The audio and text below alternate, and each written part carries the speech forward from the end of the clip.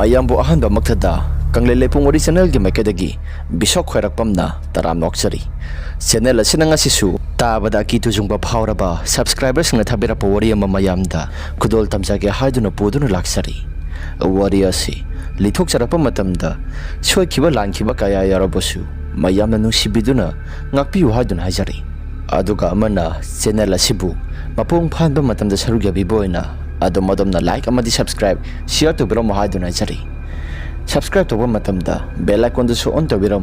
mathangi wari thaglapa matamda ado madumgi phone da phangna bagi damakta adu de wari se hongna ba tokjaraki ai gi minga se thohenba kawi matam ado 2020 gi matamni ai suna ha oina paisa si khara makhadi tungsin thamningi aduna class 12 phobutang tamlaba matung dai si thaba inkhang suba salami college to di makha tana matek tamdre baba na di tamu haibani adu boy di makha tana tamdre imu manung se khara suaba aduna phang ba thabak sin khara su surami aina no manumit amadi imana suma herai ibungo nangna thabak suba satki haribasi aidi kaya thoina pam kidreda ima aidi leiraka si makha tana tamba amata pamdre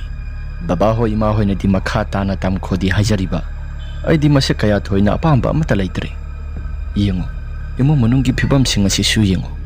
dada phangi aphangba thabak suduna leikhre ima su baba su yamna ahloi silakle aduna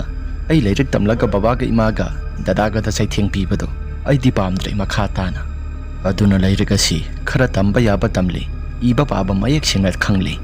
si khanglabani na isu leirika si tamba toklage makha tana amata tamaroge aduna thabak suborom da salage haidana babaga imaga da hairik libasini ai ki wafam aduda babaga imaga yangnai babana sumna hairai ado nang lairik tambado wara suwana college phawgutang di aise tamdi tamhaning banida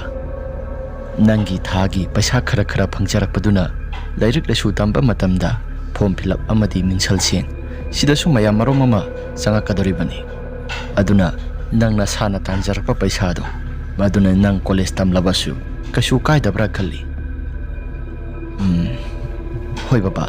adusu amarom da yai hoi phare college mingsan silaga dum thamlage aduga exam maya ta khakta da aisi college karage exam thaba haibado dumaina tawrage asi hairaka baba ni imani ai khoi ahum se wari sanai ai gi wari singa se taba matamda dadadi masado angang mana karino college tam gya haidraga thabak suba sakki harisi madu yaroi haidana dadana su yamna kan hairaklami adubu college phajana tambado aidi thabak inkhang suba se pamle haidana sabing leplabanina dadana su yamna ngangaraba matungde yarakli dadana su nairakhi nangna thabak suba sakki haribasi kadai waidano aina thabak suri basidi yum sabani mi su herli side inaw no papusila ke hairabasu borone hekta ngangla kadoribani dadana sumna makha tana mo hairai makha laikai gi ta khelendo thabak suba khara dum chatpani yum saba su dum challi koila thaba su dum chatpani ta khelendo yamna su phabani na magi manakta muktang chalaga yim asi hairak matung dai si ta khelengi manakta challi ta khelena do magi are pathabak simani haiba mata laite koila thaba su muk challi aduga tawar yung su muk challi yum saba su muk challi thong haiba su muk challi aina ta khelengi manakta satuna thabak sujaki haijaruba matamda ta khelena sunai rakhi thohenba nangbu haibu hainagadra college tamlaga gyan tana leibe adro ai su ta khelen aduda ngasai wari sanakiba singado loina tamle ta khelen ai imu manungi phibam singa sinaga kitang sadabaga thabakse ai su kitang yamna thuna saningi college pudi tamgani haibabu yamna thoina college mingchan silagadi thamlaga exam maya da khakta da dum karageda atai ahangba thabak mayam singadudi college ki ahangba singado maduda thabak singa se dumak sujagi ta khelendong ha khalli aduga ta khelena sumna makha ta na hairai ya budi yai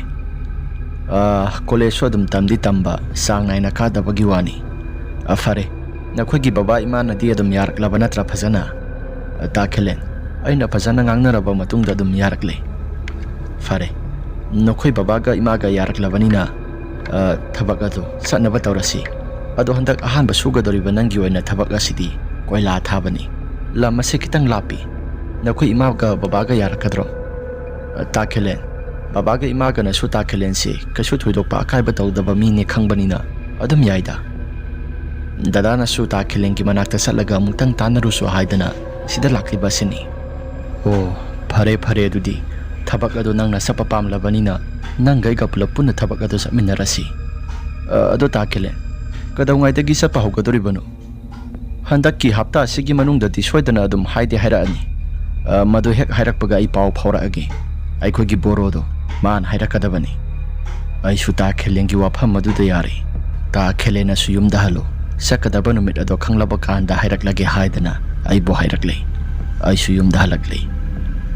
ꯑꯁꯨꯝ ꯇꯧꯗꯅ ꯅꯨꯃꯤꯠ ꯅꯤꯅꯤ ꯍꯨꯝꯅꯤꯃꯨꯛ ꯍꯧꯈ꯭ꯔꯕ ꯃꯇꯨꯡꯗ ꯇꯥꯈꯤꯂꯦꯟꯅ ꯂꯥꯛꯀꯗꯧꯔꯤꯕ ꯇꯥꯔꯤꯛ 18ꯁꯤꯗ ꯑꯗꯨꯃꯛ ꯆꯠꯀꯗꯕꯅꯤ. ꯑꯗꯨꯅ ꯂꯪꯐꯩ ꯆꯠꯄ ꯃꯇꯝꯗ ꯁꯦꯠꯀꯗꯕ ꯆꯥꯒꯗꯕ ꯐꯨꯔꯤꯠ ꯐꯤꯔꯣꯜꯁꯤꯡ ꯑꯗꯣ ꯐꯖꯅ ꯈꯪꯗꯣꯛꯂꯕ ꯀꯥꯟꯗ ꯐꯖꯅ ꯁꯨꯗꯣꯛ ꯆꯥꯝꯊꯣꯛꯇꯨꯅ ꯊꯝꯃꯣ ꯍꯥꯏꯗꯅ ꯍꯥꯏꯔꯛꯂꯦ. ꯑꯩꯁꯨ ꯇꯥꯈꯤꯂꯦꯟꯒꯤ ꯋꯥꯐꯝ ꯑꯗꯨꯗ ꯍꯣꯏ ꯍꯥꯏꯗꯅ ꯌꯥꯔꯦ. ꯑꯁꯨꯝ ꯇꯧꯗꯅ ꯗꯦꯠ 17 ꯑꯗꯨ ꯌꯧꯔꯛꯂꯦ. ꯑꯩꯁꯨ ꯏꯃꯥꯗ ꯆꯠꯂꯒꯦ ꯍꯥꯏꯔꯦ. ꯏꯃꯥꯅ ꯃꯅꯝ ꯅꯝꯕꯤꯔꯦ. ꯑꯗꯨꯒ ꯕꯕꯥꯅ ꯁꯨꯝꯅ ꯍꯥꯏꯔꯛꯈꯤ. ꯆꯠꯂꯤꯕꯗꯣ ꯃꯨꯟꯅ ꯌꯦꯡꯂꯒ ꯊꯕꯛ ꯑꯗꯣ ꯃꯐꯝ ꯈꯨꯗꯤꯡꯒꯤ ꯆꯠꯂꯛꯀꯗꯧꯔꯤꯕꯅꯤ. ꯑꯗꯨꯅ ꯅꯪꯒꯤ ꯅꯆꯤꯟꯕꯥꯟ ꯑꯗꯨ ꯃꯦꯟꯁꯤꯜꯂꯨ. ꯊꯕꯛ ꯏꯪꯈꯥꯡ ꯁꯨꯕ ꯍꯥꯏꯕꯁꯤ ꯎꯐꯨꯜ ꯋꯥꯏꯐꯨꯜ ꯇꯝꯕ ꯉꯝꯕ ꯅꯠꯇꯦ. ꯃꯗꯨꯒꯤꯁꯨ ꯃꯊꯛꯇ ꯅꯪꯅ ꯆꯠꯀꯗꯧꯔꯤꯕꯁꯤ ꯀꯣꯏꯂꯥ ꯊꯥꯕꯅꯤ. ꯀꯣꯏꯂꯥꯒꯤ ꯃꯩꯈꯨ ꯃꯌꯥꯝꯁꯤꯡ ꯑꯗꯣ ꯍꯛꯇ ꯌꯥꯝꯅ ꯁꯣꯛꯀꯅꯤ. ꯑꯗꯨꯅ ꯀꯔꯤꯒꯨꯝꯕ ꯄꯣꯠꯁꯛ ꯑꯃꯅ ꯈꯨꯝꯃꯨ. ꯑꯩꯁꯨ ꯕꯕꯥꯒꯤ ꯋꯥꯐꯝ ꯑꯗꯨꯗ ꯍꯣꯏ ꯍꯥꯏꯗꯨꯅ ꯌꯥꯔꯦ. ꯑꯁꯨꯝ ꯇꯧꯗꯅ ꯑꯩꯈꯣꯏꯁꯦ ꯂꯥꯛꯂꯦ. ꯂꯥꯛꯂꯕ ꯀꯥꯟ ꯑꯗꯨꯗ ꯇꯥꯈꯤꯂꯦꯟꯒ ꯊꯦꯡꯅꯔꯕ ꯀꯥꯟ ꯇꯥꯈꯤꯂꯦꯟꯒ ꯊꯕꯛ ꯁꯨꯒꯗꯧꯔꯤꯕ ꯃꯐꯝ ꯖꯒꯥꯗꯣ ꯄꯨꯂꯞ ꯆꯠꯃꯤꯟꯅꯕ ꯍꯥꯏꯕꯗꯣ ꯑꯣꯏꯔꯦ.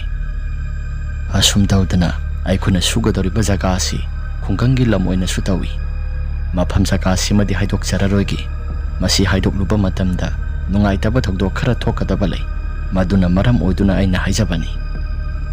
ꯃꯐꯝ ꯖꯒꯥꯗꯨ ꯌꯧꯔꯕ ꯀꯥꯟ ꯏꯆꯤꯛ ꯆꯤꯛꯂꯤ. ꯑꯗꯨꯕꯨ ꯏꯃꯥꯅ ꯄꯣꯛꯄꯗꯒꯤ ꯊꯕꯛ ꯑꯍꯥꯟꯕ ꯂꯥꯛꯄꯅꯤꯅ ꯑꯩꯁꯤ ꯄꯨꯛꯅꯤꯡꯗꯤ ꯈꯤꯇꯪ ꯅꯨꯡꯁꯤ. ꯇꯥꯈꯤꯂꯦꯟꯅ ꯁꯨꯝꯅ ꯍꯥꯏ. ꯊꯣꯏꯍꯦꯟꯕ, ꯁꯤꯗ ꯂꯩꯔꯤꯕꯁꯤꯡ ꯑꯁꯤ ꯅꯃꯥꯟꯅꯕ ꯉꯥꯛꯇꯅꯤ. ꯁꯛꯈꯪ ꯃꯥꯏꯈꯪꯅꯧ. ꯃꯈꯣꯏꯒ ꯂꯨꯅ ꯇꯤꯟꯅꯧ. ꯅꯆꯤꯟꯅꯥꯎꯃꯛꯅꯦ ꯑꯗꯨꯝ ꯈꯜꯂꯨ. ꯑꯩꯁꯨ ꯃꯈꯣꯏ ꯂꯩꯔꯝꯂꯤꯕ ꯍꯥꯟꯅꯒꯤ ꯀꯥꯡꯕꯨꯁꯤꯡ ꯑꯗꯣ ꯃꯈꯣꯏꯒ ꯑꯩꯒꯁꯤ ꯁꯛꯈꯪ ꯃꯥꯏꯈꯪꯅꯔꯦ. ꯑꯁꯨꯝ ꯇꯧꯗꯅ ꯊꯕꯛ ꯑꯁꯤ ꯁꯨꯔꯦ. ꯑꯩꯈꯣꯏꯒꯤ ꯈꯣꯂꯥꯅ ꯂꯩꯔꯤꯕ ꯖꯒꯥ ꯑꯁꯤ ꯇꯨꯔꯦꯜ ꯃꯄꯥꯜ ꯑꯣꯏꯅ ꯇꯧꯏ. ꯇꯨꯔꯦꯜꯒꯤ ꯃꯄꯥꯜ ꯑꯁꯤꯁꯨ ꯈꯔ ꯃꯈꯩꯗꯤ ꯅꯛꯄꯅꯤꯅ ꯑꯩꯈꯣꯏꯁꯨ ꯀꯔꯤꯅꯣ ꯏꯁꯤꯡ ꯆꯦꯟꯕꯒꯤ ꯃꯈꯣꯜ, ꯅꯨꯃꯤꯗꯥꯡ ꯑꯊꯦꯡꯕ ꯃꯇꯝꯗ ꯉꯥꯅ ꯀꯥꯎꯕꯒꯤ ꯃꯈꯣꯜ ꯑꯁꯤ ꯌꯥꯝꯅ ꯇꯥꯏ. ꯑꯗꯨꯅ ꯑꯩꯗꯤ ꯑꯍꯥꯟꯕ ꯂꯥꯛꯄ ꯅꯨꯃꯤꯠꯅꯒ ꯑꯣꯏꯁꯤꯜꯂꯤ ꯀꯌా ꯍꯩꯅꯕꯗꯤ ꯑꯣꯏꯗꯦ. ꯇꯥꯈꯤꯂꯦꯟꯅ ꯁꯨꯝꯅ ꯍꯥꯏꯔꯛꯏ. ꯊꯣꯏꯍꯦꯟꯕ, ꯅꯪꯕꯨ ꯅꯁꯥꯁꯤ ꯏꯍꯩ ꯍꯩꯅꯤꯡꯗꯕ꯭ꯔꯥ? ꯇꯥꯈꯤꯂꯦꯟ, ꯀꯩꯁꯨ ꯊꯣꯏꯗꯣꯛꯄ ꯍꯩꯅꯗꯕꯗꯤ ꯂꯩꯇꯦꯗ. ꯑꯗꯣ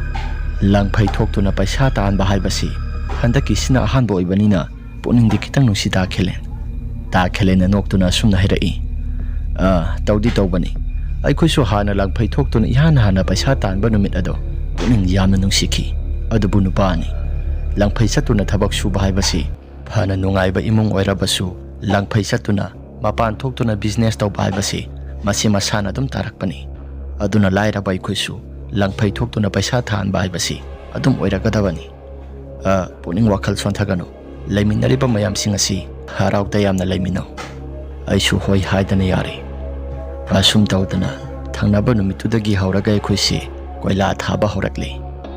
ꯅꯨꯃꯤꯠ ꯅꯤꯅꯤꯃꯨꯛꯇꯤ ꯑꯩꯈꯣꯏꯅ ꯂꯩꯔꯤꯕ ꯈꯣꯂꯥꯗꯣ ꯃꯗꯨꯗ ꯃꯁꯤ ꯂꯦꯡꯗꯅ ꯂꯩꯔꯝꯃꯤ. ꯗꯥꯎꯅ ꯌꯥꯗ꯭ꯔꯤꯕꯁꯨ ꯀꯣꯏꯂꯥꯁꯤ ꯃꯇꯦꯛ ꯈꯔ ꯊꯥꯕ ꯍꯧꯔꯛꯂꯕ ꯀꯥꯟ ꯑꯗꯨꯗ ꯅꯣꯡ ꯂꯥꯛꯁꯤꯜꯂꯛꯂꯦ.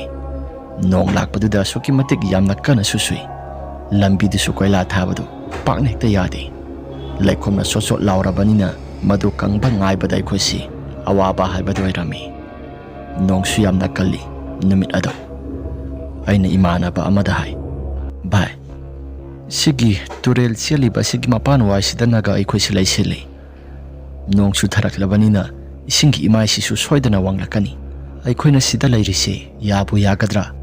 ꯇꯨꯔꯦꯜꯒꯤ ꯏꯃꯥꯏꯁꯤꯅ ꯁꯨꯝ ꯋꯥꯡꯈꯠꯂꯛꯂꯕꯗꯤ ꯏꯁꯤꯡ ꯑꯁꯤ ꯁꯨꯝ ꯑꯩꯈꯣꯏꯅ ꯂꯩꯔꯤꯕ ꯈꯣꯂꯥꯁꯤ ꯃꯁꯤꯗ ꯊꯨꯝꯖꯤꯜꯂꯛꯂꯕꯗꯤ? ꯏꯃꯥꯟꯅꯕꯗꯨꯅ ꯊꯣꯏꯍꯦꯟꯕ, ꯀꯩꯁꯨ ꯊꯣꯏꯗꯣꯛꯄ ꯑꯃꯠꯇ ꯇꯧꯔꯣꯏꯗ. ꯋꯥꯈꯜ ꯅꯨꯡꯉꯥꯏꯇꯕ ꯑꯃꯠꯇ ꯇꯧꯔꯨꯅꯨ. ꯑꯗꯨꯝ ꯇꯨꯃꯤꯟꯅ ꯑꯗꯨꯝ ꯂꯩꯁꯤ.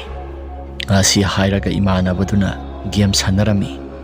ꯑꯩꯁꯨ ꯒꯦꯝ ꯁꯥꯟꯅꯁꯦ ꯍꯥꯏꯗꯅ ꯃꯥꯒ ꯑꯩꯒꯁꯤ ꯒꯦꯝ ꯁꯥꯟꯅꯔꯤ ꯇꯧꯕꯗꯕꯨ ꯑꯩꯒ ꯈꯪꯅꯖꯔꯤꯕ ꯅꯨꯄꯤ ꯑꯗꯨꯅꯗꯤ ꯊꯕꯛ ꯏꯪꯈꯥꯡ ꯁꯨꯕ ꯆꯠꯄꯗꯨ ꯅꯨꯡꯉꯥꯏꯕ꯭ꯔꯥ ꯍꯥꯏꯗꯅ ꯍꯥꯏꯔꯛꯈꯤ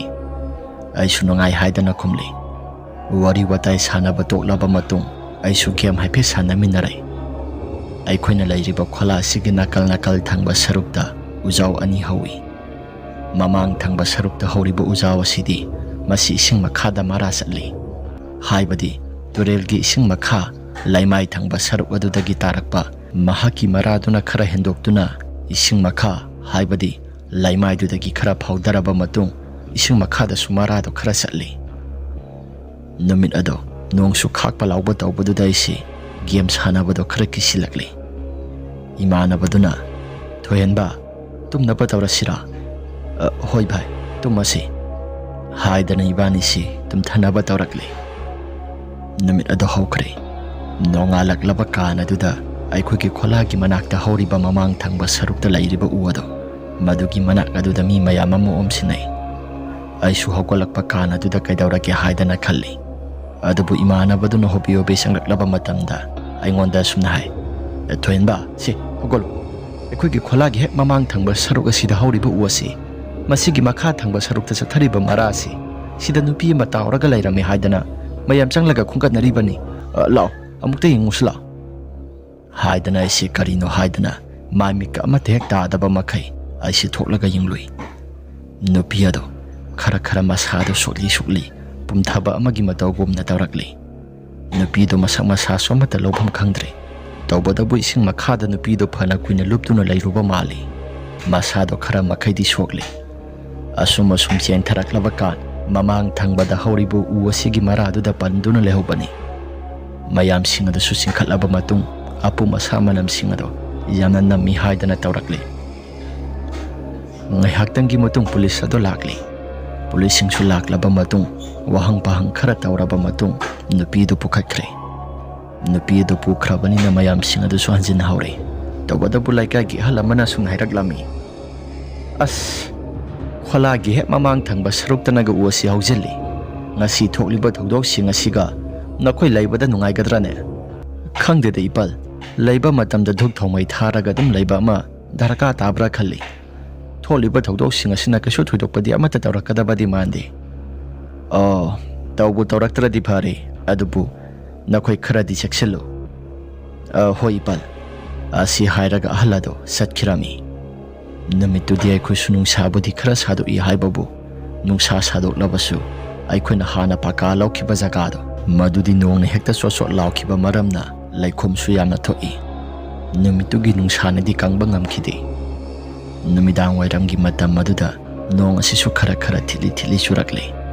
ꯑꯩꯈꯣꯏꯁꯨ ꯅꯨꯃꯤꯠꯇꯨꯃꯗꯤ ꯃꯤꯁꯤ ꯃꯤꯅꯥꯁꯨ ꯊꯣꯛꯇꯨꯅ ꯃꯐꯝ ꯖꯒꯥꯁꯤꯗ ꯇꯧꯊꯔꯛꯄꯗꯨꯗ ꯈꯤꯇꯪꯗꯤ ꯏꯁꯥꯁꯤ ꯍꯩꯅꯗꯕꯗꯤ ꯐꯥꯎꯏ ꯑꯗꯨꯕꯨ ꯀꯌꯥ ꯊꯣꯏꯅ ꯑꯀꯤꯕꯗꯤ ꯑꯃꯠꯇ ꯐꯥꯎꯗꯦ ꯑꯩꯈꯣꯏ 6-7 ꯂꯩꯕꯗꯨꯗ ꯑꯩꯈꯣꯏꯁꯤ ꯅꯨꯃꯤꯗꯥꯡꯒꯤ ꯆꯥꯛ ꯏꯁꯤꯡ ꯆꯥꯅꯕ ꯇꯣꯛꯂꯕ ꯃꯇꯨꯡ ꯒꯦꯝ ꯉꯥꯏꯍꯥꯛꯇꯪ ꯁꯥꯟꯅꯔꯝꯃꯤ ꯒꯦꯝ ꯁꯥꯟꯅꯔꯕ ꯃꯇꯨꯡ ꯇꯨꯝꯂꯁꯤ ꯍꯥꯏꯗꯅ ꯑꯩꯈꯣꯏꯁꯤ ꯃꯥꯒꯤ ꯃꯐꯝꯁꯤꯡꯗ ꯆꯞ ꯆꯥꯅ ꯍꯦꯛꯇ ꯇꯨꯝꯅꯩ ꯑꯩꯒꯤ ꯅꯥꯀꯜꯗ ꯇꯨꯝꯂꯤꯕ ꯏꯃꯥꯟꯅꯕꯗꯣ ꯃꯍꯥꯛꯇꯤ ꯈꯔ ꯊꯦꯡꯅ ꯇꯨꯝꯍꯧꯏ ꯒꯦꯝ ꯁꯥꯟꯅꯔꯤꯕꯅꯤ ꯍꯥꯏꯗꯅ ꯅꯨꯃꯤꯠꯇꯨꯃꯗꯤ ꯑꯩꯁꯤ ꯉꯟꯅ ꯇꯨꯝꯂꯤ ꯑꯍꯤꯡ ꯊꯦꯡꯂꯛꯂꯕ ꯃꯇꯝꯗ ꯏꯃꯥꯟꯅꯕꯗꯨꯅ ꯑꯩꯉꯣꯟꯗ ꯍꯧꯗꯣꯔꯛꯂꯤ ꯊꯣꯏꯍꯟꯕ ꯁꯤ ꯑꯃꯨꯛꯇ ꯍꯧꯒꯠꯂꯨꯁꯤ ꯃꯄꯥꯟꯗ ꯑꯃꯨꯛꯇꯪ ꯊꯣꯛꯂꯨꯁꯤꯕ ꯑꯁ ꯅꯪꯁꯨ ꯑꯍꯤꯡꯒꯤ ꯃꯇꯝ ꯑꯁꯤꯗ ꯇꯥꯟꯗꯤ ꯑꯣꯟꯊꯣꯛꯅ ꯆꯥꯈꯤꯗ꯭ꯔꯦꯗ ꯌꯥꯗ ꯇꯧꯕꯅꯤꯕ ꯏꯊꯟꯇ ꯊꯣꯛꯄꯗꯣ ꯑꯩ ꯇꯜꯂꯤ ꯑꯗꯨꯅ ꯄꯨꯂꯞ ꯄꯨꯟꯅ ꯊꯣꯛꯃꯤꯟꯅꯁꯤ ꯍꯥꯏꯗꯅ ꯅꯪ ꯍꯧꯗꯣꯔꯛꯄꯅꯤ ꯑꯩꯁꯨ ꯇꯟꯅ ꯏꯃꯥꯟꯅꯕꯗꯣ ꯃꯄꯥꯟ ꯊꯣꯛꯅꯤꯡꯂꯦ ꯍꯥꯏꯕꯗꯨꯗ ꯑꯩꯁꯤ ꯄꯨꯂꯞ ꯊꯣꯛꯃꯤꯟꯅꯔꯛꯂꯤ ꯑꯗꯨꯕꯨ ꯃꯃꯥꯡꯗ ꯍꯧꯔꯤꯕ ꯎ ꯄꯥꯝꯕꯤ ꯑꯗꯨꯗꯤ ꯑꯩꯈꯣꯏꯅ ꯀꯌꯥ ꯊꯣꯏꯅ ꯌꯦꯡꯂꯨꯕ ꯑꯣꯏꯗ꯭ꯔꯦ ꯅꯣꯡꯅꯒ ꯅꯣꯡ ꯃꯪꯁꯤꯜꯂꯛꯄꯅꯤ ꯃꯗꯨꯒꯤꯁꯨ ꯃꯊꯛꯇ ꯃꯄꯥꯟ ꯊꯪꯕ ꯁꯔꯨꯛ ꯑꯗꯣ ꯃꯩ ꯑꯃꯠꯇ ꯊꯥꯟꯕ ꯅꯠꯇꯦ ꯃꯅꯨꯡ ꯊꯪꯕ ꯁꯔꯨꯛꯇꯣ ꯃꯗꯨ ꯈꯛꯇꯃꯛ ꯊꯥꯜꯂꯤ ꯏꯃꯥꯟꯅꯕꯗꯣ ꯃꯄꯥꯟ ꯊꯣꯛꯀꯦ ꯍꯥꯏꯅ ꯊꯣꯛꯄ ꯀꯥꯟ ꯑꯗꯨꯗ ꯑꯩꯁꯨ ꯃꯄꯥꯟ ꯊꯣꯛꯆꯤꯜꯂꯤ ꯑꯁꯨꯝ ꯇꯧꯗꯅ ꯆꯪꯂꯁꯤ ꯍꯥꯏꯗꯅ ꯇꯧꯔꯛꯂꯕ ꯀꯥꯟ ꯅꯣꯡ ꯑꯗꯨꯁꯨ ꯈꯔ ꯃꯈꯩꯗꯤ ꯈꯥꯛꯄ ꯍꯧꯔꯛꯂꯤ ꯅꯣꯡ ꯈꯥꯛꯄꯒꯤ ꯃꯩꯉꯥꯜ ꯑꯗꯨꯗ ꯃꯃꯥꯡ ꯊꯪꯕꯗ ꯍꯧꯔꯤꯕ ꯎ ꯄꯥꯝꯕꯤꯗꯣ ꯃꯗꯨꯗ ꯀꯅꯥꯒꯨꯝꯕ ꯑꯃ ꯍꯨꯠ ꯂꯩꯁꯤꯟꯗꯨꯅ ꯆꯠꯈꯤꯕꯒꯨꯝ ꯇꯧꯔꯝꯃꯤ ꯑꯩꯅ ꯏꯃꯥꯟꯅꯕꯗꯨꯗ ꯚꯥꯏ ꯌꯦꯡꯉꯨꯇꯨ ꯁꯤꯒꯤ ꯃꯃꯥꯡ ꯊꯪꯕꯗ ꯍꯧꯔꯤꯕ ꯎ ꯄꯥꯝꯕꯤꯁꯤ ꯀꯅꯥꯒꯨꯝꯕ ꯑꯃ ꯍꯨꯠ ꯂꯩꯁꯤꯟꯗꯨꯅ ꯆꯪꯈꯤꯕꯒꯨꯝ ꯇꯧꯏꯗ ꯏꯃꯥꯟꯅꯕꯗꯨꯁꯨ ꯀꯗꯥꯏ ꯍꯥꯏꯗꯅ ꯃꯁꯥꯗꯣ ꯏꯐꯤꯡ ꯐꯤꯡꯉꯤ ꯈꯤꯇꯪ ꯊꯨꯅ ꯆꯪꯁꯤ ꯂꯥꯎ ꯑꯗꯨꯒ ꯃꯅꯨꯡꯗꯒꯤ ꯑꯣꯏꯅ ꯌꯦꯡꯁꯤ ꯍꯥꯏꯗꯅ ꯏꯃꯥꯟꯅꯕꯗꯨꯅ ꯃꯅꯨꯡꯗ ꯈꯔ ꯊꯨꯅ ꯆꯪꯁꯤꯜꯂꯥꯎ ꯍꯥꯏꯔꯛꯄꯗꯨꯗ ꯑꯩꯁꯨ ꯈꯔ ꯊꯨꯅ ꯆꯪꯂꯦ ꯈꯥꯔꯤꯕ ꯖꯤꯡꯒ ꯃꯌꯥꯝꯁꯤꯡ ꯑꯗꯨꯒꯤ ꯑꯍꯣꯕꯗꯨꯗ ꯑꯩꯈꯣꯏꯁꯦ ꯃꯄꯥꯟ ꯇꯝꯅ ꯌꯦꯡꯊꯣꯛꯂꯛꯏ ꯑꯗꯨꯝꯅ ꯃꯄꯥꯟ ꯇꯝꯅ ꯌꯦꯡꯊꯣꯔꯛꯄ ꯀꯥꯟ ꯑꯗꯨꯗ ꯅꯣꯡ ꯈꯥꯛꯂꯛꯂꯤ ꯍꯟꯗꯛꯃꯨꯛꯇꯤ ꯅꯣꯡ ꯑꯗꯨ ꯌꯥꯝꯅ ꯀꯟꯅ ꯈꯥꯛꯂꯛꯏ ꯅꯣꯡ ꯈꯥꯛꯄꯒꯤ ꯃꯩꯉꯥꯜ ꯑꯗꯨꯗ ꯌꯥꯝꯅ ꯃꯌꯦꯛ ꯁꯦꯡꯅ ꯍꯦꯛꯇ ꯎꯔꯤ ꯎ ꯄꯥꯝꯕꯤ ꯃꯈꯣꯡ ꯑꯗꯨꯗ ꯀꯅꯥꯒꯨꯝꯕ ꯅꯨꯄꯤ ꯑꯃ ꯃꯨꯁꯤꯟ ꯃꯨꯕ ꯃꯈꯩ ꯃꯁꯝ ꯏꯊꯥ ꯊꯥꯗꯣꯛꯇꯨꯅ ꯂꯦꯞꯂꯤꯕꯗꯨ ꯏꯕꯥꯅꯤꯁꯨ ꯃꯌꯦꯛ ꯁꯦꯡꯅ ꯎꯔꯦ ꯃꯗꯨꯗ ꯏꯃꯥꯟꯅꯕꯗꯨꯅ ꯌꯥꯝꯅ ꯀꯤꯅ ꯊꯣꯏꯍꯦꯟ ꯁꯤꯗꯤ ꯅꯨꯄꯤ ꯅꯠꯇ꯭ꯔꯣ ꯁꯤꯗꯤ ꯃꯤꯇꯝ ꯑꯣꯏꯅ ꯗꯥꯏꯔꯦꯛ ꯍꯦꯛꯇ ꯂꯦꯞꯄꯦꯗꯅ ꯏꯃꯥꯟꯅꯕꯗꯨꯒꯤ ꯋꯥꯐꯝ ꯑꯗꯨꯗ ꯑꯩꯅ ꯇꯨꯃꯤꯟꯅ ꯂꯩꯌꯨ ꯉꯥꯏꯍꯥꯛꯇꯪꯅ ꯌꯦꯡꯈꯤꯁꯤ ꯍꯟꯗꯛꯃꯨꯛꯀ ꯂꯦꯞꯇ꯭ꯔꯒꯗꯤ ꯑꯩꯈꯣꯏꯁꯨ ꯒ꯭ꯌꯥꯟ ꯇꯥꯅ ꯇꯨꯝꯅꯕ ꯇꯧꯔꯁꯤ ꯍꯥꯏꯗꯅ ꯏꯕꯥꯅꯤꯁꯤ ꯀꯤꯕꯅꯁꯨ ꯂꯣꯏꯔꯦ ꯊꯛ ꯊꯛ ꯅꯤꯛꯄ ꯃꯈꯩ ꯌꯦꯡꯉꯤ ꯍꯟꯗꯛꯃꯨꯛꯇꯤ ꯅꯣꯡ ꯈꯛꯂꯛꯄ ꯃꯇꯝꯗ ꯀꯅꯥꯒꯨꯝꯕ ꯑꯃꯠꯇ ꯂꯩꯔꯝꯗ꯭ꯔꯦ ꯃꯗꯨꯗ ꯑꯩꯅ ꯏꯃꯥꯟꯅꯕꯗꯨꯗ ꯂꯥꯛ ꯐꯖꯅ ꯊꯣꯡ ꯑꯁꯤ ꯂꯣꯛ ꯇꯧꯔꯕꯅꯤꯅ ꯑꯩꯈꯣꯏꯁꯨ ꯇꯨꯝꯊꯅꯕ ꯇꯧꯔꯁꯤ ꯃꯗꯨꯅ ꯐꯔꯅꯤꯗ ꯍꯌꯦꯡ ꯅꯣꯡꯉꯥꯜꯂꯒ ꯋꯥꯔꯤꯁꯤꯡ ꯑꯗꯨ ꯑꯗꯨꯝ ꯂꯤꯔꯁꯤ ꯍꯥꯏꯗꯅ ꯑꯩꯈꯣꯏꯁꯦ ꯑꯩꯈꯣꯏꯒꯤ ꯃꯐꯝꯁꯤꯡ ꯑꯗꯨꯗ ꯇꯨꯝꯕ ꯆꯪꯂꯛꯂꯤ ꯑꯗꯨꯕꯨ ꯌꯥꯝꯅ ꯂꯥꯏꯕꯛ ꯊꯤꯕ ꯍꯥꯏꯒꯗ꯭ꯔꯥ ꯇꯨꯔꯦꯜ ꯈꯣꯡꯕꯥꯟ ꯊꯪꯕ ꯁꯔꯨꯛ ꯑꯗꯣꯝꯗ ꯀꯅꯥꯒꯨꯝꯕ ꯑꯃꯅ ꯆꯦꯟꯕ ꯆꯣꯡꯕꯒꯨꯝꯅ ꯃꯈꯣꯜ ꯈꯔꯁꯨ ꯇꯥꯔꯛꯂꯤ ꯏꯕꯥꯅꯤꯅ ꯍꯤꯞꯊꯕ ꯍꯧꯔꯛꯂꯕ ꯀꯥꯟ ꯑꯗꯨꯗ ꯃꯗꯨꯒꯤ ꯇꯥꯟꯖꯥꯗꯨꯗ ꯏꯃꯥꯟꯅꯕꯗꯨꯅ ꯊꯣꯏꯍꯦꯟꯕ ꯇꯨꯔꯦꯜ ꯈꯣꯡꯕꯥꯟ ꯊꯪꯕ ꯁꯔꯨꯛ ꯑꯗꯣꯝꯗ ꯀꯅꯥꯒꯨꯝꯕ ꯑꯃꯅ ꯆꯦꯟꯕꯒꯨꯝ ꯇꯧꯗ꯭ꯔꯣ ꯏꯃꯥꯟꯅꯕꯗꯨꯒꯤ ꯋꯥꯐꯝ ꯑꯗꯨꯗ ꯑꯩꯁꯨ ꯍꯣꯏ ꯍꯥꯏꯗꯅ ꯇꯨꯃꯤꯟꯅ ꯂꯩꯌꯨ ꯍꯥꯏꯗꯅ ꯍꯥꯏꯔꯝꯃꯤ ꯏꯃꯥꯟꯅꯕꯗꯨꯅ ꯑꯁ ꯑꯣꯟꯊꯣꯛꯄꯅꯤꯗ ꯑꯩꯗꯤ ꯏꯁꯥꯁꯦ ꯁꯨꯝ ꯀꯤꯖꯔꯛꯂꯦ ꯏꯁꯥꯒꯤꯁꯨ ꯍꯥꯟꯅꯗꯒꯤ ꯑꯗꯨꯝ ꯀꯤꯗꯨꯅ ꯂꯥꯛꯄꯅꯤꯅ ꯑꯩ ꯉꯁꯤꯒꯤ ꯅꯨꯃꯤꯠꯁꯤ ꯑꯃꯗꯤ ꯌꯥꯝꯅ ꯀꯤꯔꯤ ꯏꯃꯥꯟꯅꯕꯗꯨꯅ ꯍꯥꯏꯔꯛꯂꯦ ꯏꯕꯥꯅꯤꯁꯦ ꯑꯁꯨꯝꯅ ꯇꯧꯗꯨꯅ ꯂꯩꯔꯤꯉꯩ ꯅꯣꯡ ꯑꯁꯤꯁꯨ ꯐꯨꯗꯤꯠ ꯐꯨꯕ ꯃꯈꯩ ꯆꯨꯊꯔꯛꯂꯦ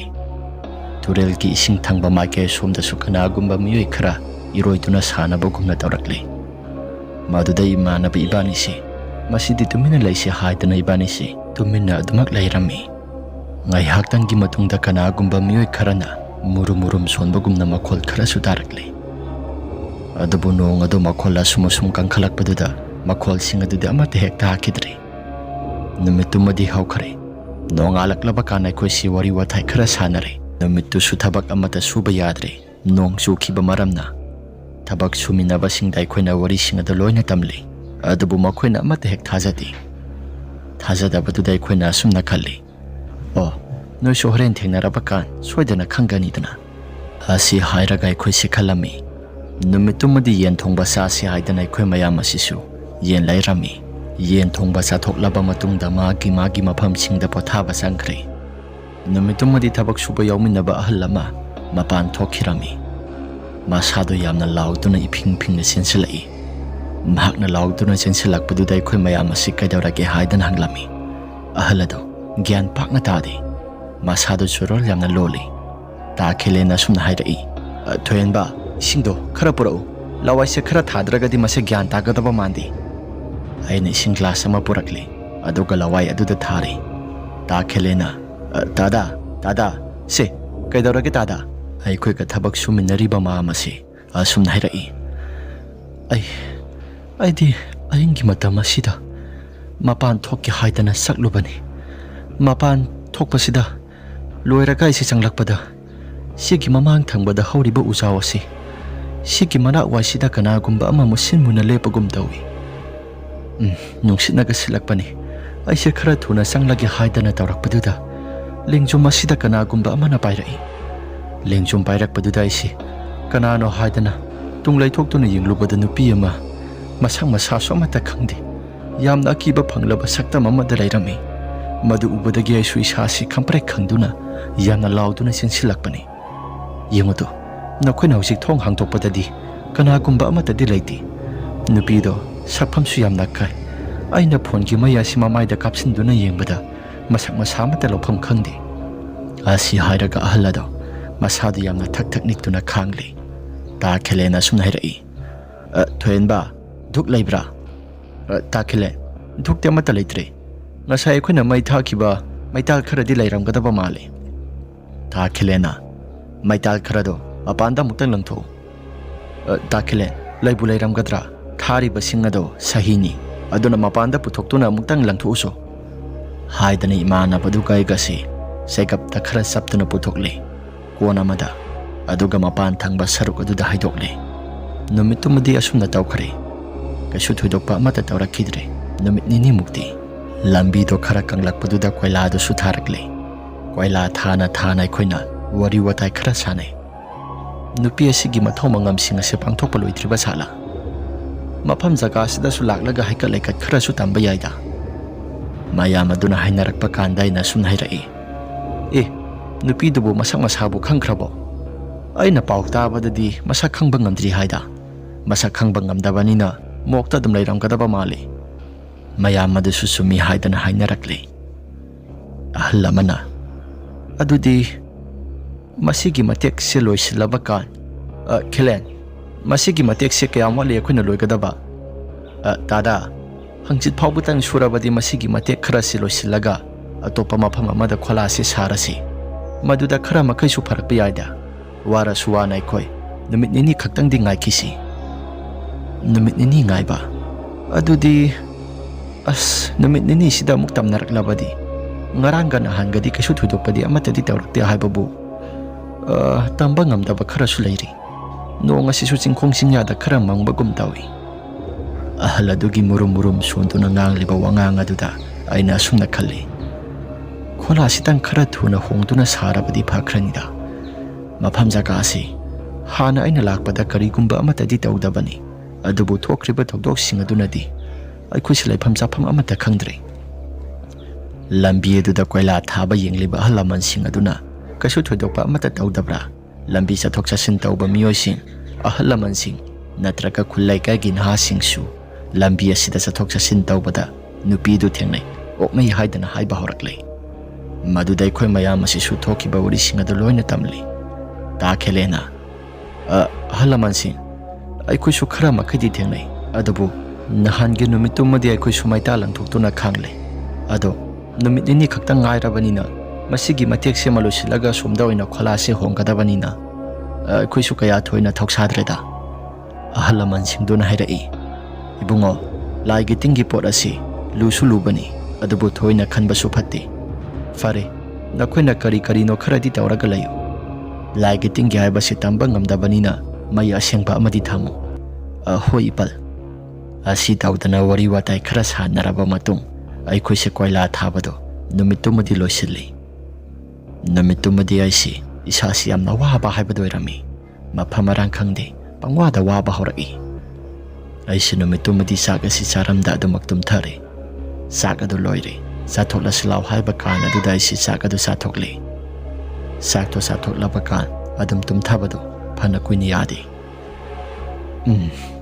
saksa mamang da saga si sadringai kan da tumurabanina isasi tum thaba amate hek yadida game sanaraga len ba haibadura hoi adum hek tawrasu yaida hairaga isi game sanaduna ahingi matam ado lelami aishoiga khangnajaribo nupi do thaba inkhal khara suruba maramna masado ware haidana nganna pothakhre khola asida laiminariba mayam singado loin hekta pothanai ai khakta ngai hore tumthadribasi aishu tumtharage haidana pungado kaya tarage haidana yenglai baro makhai tarami ish matam asidi onthona thengkreda phare aishu tumthanaba tawrage haidana phone ado mahabharat tharaga aisi tumthanaba tawi asumna tumthaduna lairingai aina khwaigi mapan thangba saruk matai waida tumbani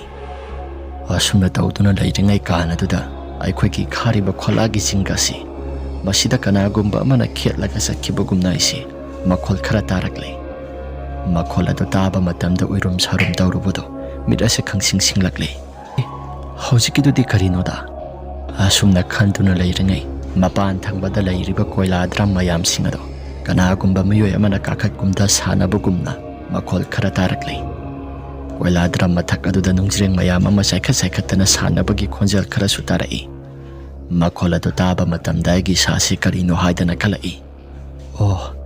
thawai mi asidi mafam jaka asida masi amata lengba daudana adum lairedana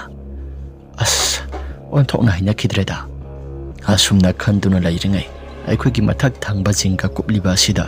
satpa khotpagi makhol khara tarakle makhol ado taba matamda gi sasi kibana suyaraktre ꯃꯈꯣꯜ ꯑꯗꯨ ꯇꯥꯕ ꯂꯦꯞꯈ꯭ꯔꯦ ꯑꯗꯨꯒ ꯀꯅꯥꯒꯨꯝꯕ ꯑꯃꯅ ꯆꯣꯡꯊꯕꯒꯨꯝꯅ ꯃꯈꯥ ꯇꯥꯅ ꯖꯕꯣꯡ ꯂꯥꯎꯅ ꯆꯣꯡꯊꯈꯤ ꯏꯁꯤꯡ ꯑꯗꯨꯗ ꯖꯕꯣꯡ ꯖꯕꯣꯡ ꯍꯥꯏꯗꯅ ꯏꯔꯣꯏꯗꯨꯅ ꯁꯥꯟꯅꯩ ꯑꯗꯨꯒ ꯀꯅꯥꯒꯨꯝꯕ ꯈꯣꯟꯖꯦꯜ ꯑꯃꯅ ꯃꯨꯔꯨꯝ ꯃꯨꯔꯨꯝ ꯁꯣꯟꯗꯨꯅ ꯀꯞꯄꯒꯨꯝꯅꯁꯨ ꯇꯧꯔꯛꯏ ꯀꯞꯄꯒꯤ ꯈꯣꯟꯖꯦꯜ ꯇꯥꯔꯛꯂꯤꯕꯁꯤ ꯅꯨꯄꯤ ꯑꯃꯒꯤ ꯈꯣꯟꯖꯦꯜꯅꯤ ꯃꯇꯧ ꯑꯗꯨꯗ ꯑꯩꯒꯤ ꯁꯥꯁꯤ ꯀꯤꯔꯛꯂꯤ ꯑꯁꯨꯝꯅ ꯇꯧꯅ ꯑꯩꯒꯤ ꯁꯥꯁꯤ ꯀꯤꯕ ꯍꯦꯟꯃꯜꯂꯛꯄꯗꯨꯗ ꯊꯪꯅꯔꯤꯕ ꯃꯌꯥꯝꯁꯤꯡ ꯑꯗꯨ ꯍꯧꯗꯣꯛꯂꯦ ꯃꯌꯥꯝꯁꯤꯡ ꯑꯗꯨ ꯍꯧꯗꯣꯛꯂꯕ ꯀꯥꯟ ꯃꯈꯣꯏꯁꯨ ꯃꯈꯣꯜꯁꯤꯡ ꯑꯗꯨ ꯇꯥꯔꯤ ꯈꯣꯂꯥ ꯑꯁꯤꯒꯤ ꯑꯀꯣꯏꯕꯗ ꯃꯨꯔꯨꯝ ꯃꯨꯔꯨꯝ ꯁꯣꯟꯗꯨꯅ ꯀꯅꯥꯒꯨꯝꯕ ꯑꯃꯅ ꯆꯠꯂꯤꯕꯗꯨ ꯃꯈꯣꯏꯁꯨ ꯂꯣꯏꯅ ꯇꯥꯔꯛꯂꯤ ꯃꯗꯨꯗ ꯃꯈꯣꯏ ꯃꯌꯥꯝꯁꯤꯡ ꯑꯁꯤ ꯑꯁꯨꯝꯅ ꯍꯥꯏꯔꯛꯏ ꯑꯍꯤꯡꯒꯤ ꯃꯇꯝ ꯑꯁꯤꯗ ꯑꯩꯈꯣꯏꯁꯦ ꯍꯌꯦꯡꯁꯨ ꯑꯃꯨꯛ ꯂꯦꯡꯒꯗꯧꯔꯤꯕ꯭ꯔꯥ ꯈꯦꯂꯦꯟ ꯁꯨꯃꯥꯏꯅ ꯁꯨꯝ ꯂꯦꯡꯒꯗꯕ ꯑꯣꯏꯔꯕꯗꯤ ꯑꯩ ꯊꯕꯛ ꯑꯁꯤ ꯇꯣꯛꯂꯒꯦ ꯍꯌꯦꯡꯃꯛ ꯈꯣꯂꯥ ꯑꯁꯤ ꯍꯣꯡꯒꯦ ꯍꯥꯏꯔꯕꯗꯤ ꯊꯕꯛ ꯑꯁꯤ ꯃꯈꯥ ꯇꯥꯅ ꯌꯥꯎꯒꯦ ꯑꯇꯩ ꯃꯤꯑꯣꯏꯁꯤꯡ ꯑꯗꯨꯁꯨ ꯍꯥꯏꯅꯔꯛꯂꯤ ꯇꯥ ꯈꯦꯂꯦꯟꯅ ꯍꯦꯛ ꯃꯤꯁꯇ꯭ꯔꯤ ꯑꯣꯏꯔꯨꯕꯅꯤꯅ ꯃꯍꯥꯛꯅ ꯑꯁꯨꯝꯅ ꯍꯥꯏꯔꯛꯏ ꯍꯣꯏ ꯃꯌꯥꯝ ꯑꯗꯨꯕꯨꯗꯤ ꯍꯌꯦꯡ ꯑꯁꯤ ꯈꯤꯇꯪ ꯊꯨꯅ ꯈꯣꯂꯥ ꯑꯁꯤ ꯊꯕꯛ ꯂꯣꯏꯔꯒ ꯍꯣꯡꯁꯤ ꯑꯍꯜꯁꯤꯡ ꯑꯗꯨꯅ ꯊꯕꯛ ꯂꯣꯏꯔꯒ ꯈꯣꯂꯥ ꯑꯁꯤ ꯍꯣꯡꯕ ꯍꯥꯏꯕꯗꯨ ꯃꯗꯨ ꯉꯝꯂꯣꯏ ꯍꯌꯦꯡꯒꯤ ꯅꯨꯃꯤꯠꯁꯤꯃꯗꯤ ꯊꯕꯛ ꯑꯁꯤ ꯇꯣꯛꯂꯁꯤ ꯑꯗꯨꯒ ꯈꯣꯂꯥ ꯑꯁꯤ ꯃꯄꯨꯡ ꯐꯥꯅ ꯁꯥꯁꯤ ꯑꯇꯣꯞꯄ ꯖꯒꯥ ꯑꯃꯗ ꯍꯣꯡꯗꯣꯛꯇꯨꯅ ꯉꯁꯤꯒꯤ ꯅꯨꯃꯤꯠꯁꯤꯃꯗꯤ ꯑꯩꯈꯣꯏ ꯂꯩꯕ ꯉꯝꯒꯗꯕ ꯃꯥꯟꯗꯦ ꯑꯗꯨꯝꯅ ꯍꯥꯏꯅꯔꯤꯉꯩ ꯀꯥꯟ ꯑꯗꯨꯗ ꯈꯣꯂꯥꯒꯤ ꯃꯊꯛ ꯊꯪꯕ ꯖꯤꯡꯒꯗꯣ ꯃꯗꯨꯗꯁꯨ ꯀꯅꯥꯒꯨꯝꯕ ꯃꯤꯑꯣꯏ ꯑꯃꯅ ꯃꯨꯔꯨꯝ ꯃꯨꯔꯨꯝ ꯁꯣꯟꯗꯨꯅ ꯅꯣꯛꯄꯣꯏ ꯀꯞꯄꯣꯏ ꯇꯧꯗꯨꯅ ꯃꯈꯣꯜꯁꯤꯡ ꯑꯗꯨ ꯆꯕꯤꯠ ꯆꯕꯤꯠ ꯍꯥꯏꯗꯅ ꯆꯠꯄꯒꯤ ꯃꯈꯣꯜ ꯈꯔꯁꯨ ꯇꯥꯔꯛꯂꯤ ꯑꯗꯨꯝꯅ ꯃꯈꯣꯜꯁꯤꯡ ꯑꯗꯨ ꯇꯥꯔꯛꯂꯕ ꯀꯥꯟ ꯑꯗꯨꯗ ꯃꯌꯥꯝ ꯑꯗꯨ ꯆꯦꯆꯦꯠꯅ ꯍꯦꯛ ꯀꯣꯟꯁꯤꯟꯅꯩ ꯇꯥ ꯈꯦꯂꯦꯟ ꯑꯁꯨꯝꯅ ꯍꯥꯏꯔꯛꯏ ꯃꯁꯤ ꯆꯞ ꯆꯥꯅ ꯍꯦꯛ ꯍꯧꯔꯕꯅꯤꯅ ꯁꯦ ꯈꯔ ꯃꯩ ꯊꯥꯁꯤ ꯆꯦ ꯈꯔ ꯃꯩ ꯊꯥꯔꯀꯥꯟ ꯃꯄꯥꯟꯗ ꯂꯪꯊꯣꯛꯁꯤ ꯃꯗꯨꯗ ꯐꯒꯗꯕꯅꯤ ꯑꯩꯈꯣꯏꯁꯨ ꯆꯦ ꯈꯔ ꯀꯣꯏꯊꯤ ꯊꯤꯔꯤ ꯈꯣꯂꯥ ꯑꯗꯨꯒꯤ ꯅꯥꯀꯜ ꯊꯪꯕ ꯁꯔꯨꯛꯇ ꯀꯥꯔꯇꯨꯟ ꯕꯣꯛꯁ ꯑꯃ ꯂꯩꯕꯗꯨ ꯃꯗꯨ ꯁꯦꯠꯇꯣꯛꯂꯕ ꯀꯥꯟꯗ ꯑꯩꯈꯣꯏꯁꯤ ꯈꯔ ꯃꯈꯩꯗꯤ ꯐꯔꯝꯃꯤ ꯇꯥ ꯈꯦꯂꯦꯟꯅ ꯃꯩ ꯆꯨꯈꯠꯂꯕ ꯀꯥꯟ ꯃꯄꯥꯟ ꯇꯥꯅ ꯂꯪꯊꯣꯛꯈ꯭ꯔꯦ ꯃꯗꯨꯒꯤ ꯃꯇꯨꯡꯗ ꯆꯞ ꯍꯦꯛꯇ ꯂꯦꯞꯄꯤ ꯑꯁꯨꯝꯅ ꯐꯈ꯭ꯔꯕ ꯀꯥꯟ ꯑꯗꯨꯗ ꯑꯩꯈꯣꯏ ꯃꯌꯥꯝ ꯑꯁꯤꯁꯨ ꯈꯣꯂꯥꯗꯨ ꯈꯔ ꯂꯥꯞꯇꯛꯅ ꯍꯦꯛꯇ ꯁꯥꯔꯁꯤ ꯍꯥꯏꯗꯅ ꯍꯌꯦꯡꯒꯤ ꯅꯨꯃꯤꯠꯇ ꯍꯥꯏꯗꯅ ꯋꯥꯔꯤ ꯁꯥꯟꯅꯔꯦ ꯅꯣꯡꯉꯥꯜꯂꯛꯂꯕ ꯀꯥꯟ ꯈꯣꯂꯥꯗꯨ ꯈꯔ ꯂꯥꯞꯇꯛꯅ ꯍꯦꯛ ꯁꯥꯏ ꯅꯨꯃꯤꯠꯇꯨꯗꯒꯤ ꯍꯧꯔꯒ ꯀꯔꯤꯒꯨꯝꯕ ꯑꯃꯠꯇꯗꯤ ꯇꯧꯈꯤꯗ꯭ꯔꯦ ꯇꯧꯕꯗꯕꯨ ꯅꯨꯄꯤ ꯑꯗꯨꯒꯤ ꯑꯁꯤꯕ ꯍꯛꯆꯥꯡ ꯇꯥꯎꯊꯔꯛꯈꯤꯕ ꯖꯒꯥꯗꯨ ꯃꯗꯨꯒꯤ ꯃꯥꯏꯀꯩ ꯊꯪꯕ ꯁꯔꯨꯛꯇ ꯑꯩꯈꯣꯏꯅ ꯌꯦꯡꯕ ꯃꯇꯝꯗ ꯀꯔꯤꯒꯨꯝꯕ ꯑꯃ ꯂꯦꯞꯇꯨꯅ ꯑꯗꯨꯝ ꯂꯩꯕꯒꯨꯝꯅ ꯃꯃꯤ ꯁꯥꯃꯤ ꯑꯣꯏꯅ ꯑꯗꯨꯝ ꯎꯏ ꯃꯩ ꯀꯥꯞꯇꯨꯅ ꯌꯦꯡꯉꯕꯁꯨ ꯃꯁꯤ ꯑꯃꯠꯇ ꯍꯦꯛ ꯂꯦꯡꯗꯕ ꯑꯁꯤꯒꯨꯝꯂꯕ ꯀꯌꯥ ꯃꯔꯨꯝ ꯑꯃ ꯑꯩꯈꯣꯏꯁꯤ ꯎꯔꯛꯏ ꯃꯁꯤꯒꯤ ꯃꯇꯨꯡꯗꯒꯤꯗꯤ ꯑꯩꯁꯤ ꯃꯇꯝ ꯈꯔ ꯀꯣꯏꯂꯥ ꯊꯥꯕꯗ ꯌꯥꯎꯔꯕ ꯃꯇꯨꯡ ꯌꯨꯝ ꯁꯥꯕ ꯑꯃꯨꯛ ꯆꯠꯂꯤ ꯍꯧꯖꯤꯛꯁꯨ ꯊꯕꯛ ꯑꯁꯤ ꯑꯐꯪꯕ ꯑꯗꯨꯃꯛ ꯁꯨꯖꯔꯤ ꯊꯕꯛ ꯁꯨꯅ ꯀꯣꯂꯦꯖ ꯑꯁꯤꯁꯨ ꯂꯣꯏꯁꯤꯟꯈ꯭ꯔꯦ ꯑꯩꯅ ꯇꯧꯔꯤꯕ ꯊꯕꯛꯁꯤꯡ ꯑꯁꯤ ꯑꯩꯒ ꯈꯪꯅꯖꯔꯤꯕ ꯅꯨꯄꯤ ꯑꯗꯨꯅꯁꯨ ꯁꯄꯣꯔꯠ ꯌꯥꯝꯅ ꯇꯧꯕꯤ ꯋꯥꯔꯤ ꯑꯁꯤ ꯃꯇꯥꯡ ꯑꯁꯤꯗ ꯂꯣꯏꯁꯤꯟꯖꯔꯦ ꯀꯔꯤꯒꯨꯝꯕ ꯋꯥꯔꯤ ꯑꯁꯤ ꯅꯨꯡꯉꯥꯏꯕꯤꯔꯕꯗꯤ ꯂꯥꯏꯛ ꯑꯃꯗꯤ ꯁꯕꯁꯀ꯭ꯔꯥꯏꯕ ꯁꯤꯌꯔ ꯇꯧꯕꯤꯔꯝꯃꯨ ꯍꯥꯏꯗꯨꯅ ꯍꯥꯏꯖꯔꯤ ꯑꯗꯨꯒ ꯑꯃꯅ ꯑꯗꯣꯝꯒꯤ ꯏꯁꯥꯗ ꯊꯣꯛꯄ ꯑꯁꯦꯡꯕ ꯋꯥꯔꯤꯁꯤꯡ ꯂꯩꯕꯤꯔꯒꯗꯤ ꯑꯩꯈꯣꯏꯅ ꯄꯤꯊꯣꯛꯆꯔꯤꯕ WhatsApp ꯅꯝꯕꯔ ꯑꯁꯤꯗ ꯊꯥꯕꯤꯔꯛꯅꯕ ꯅꯤꯡꯁꯤꯡꯖꯔꯤ ꯉꯁꯤꯒꯤ ꯑꯣꯏꯅꯗꯤ ꯃꯇꯥꯡ ꯑꯁꯤꯗ ꯂꯣꯏꯁꯤꯟꯖꯔꯒꯦ ꯃꯊꯪꯒꯤ ꯋꯥꯔꯤꯗ ꯊꯦꯡꯅꯔꯁꯤ ꯏꯃꯥ ꯂꯩꯕꯥꯛꯅ ꯌꯥꯏꯐꯔꯦ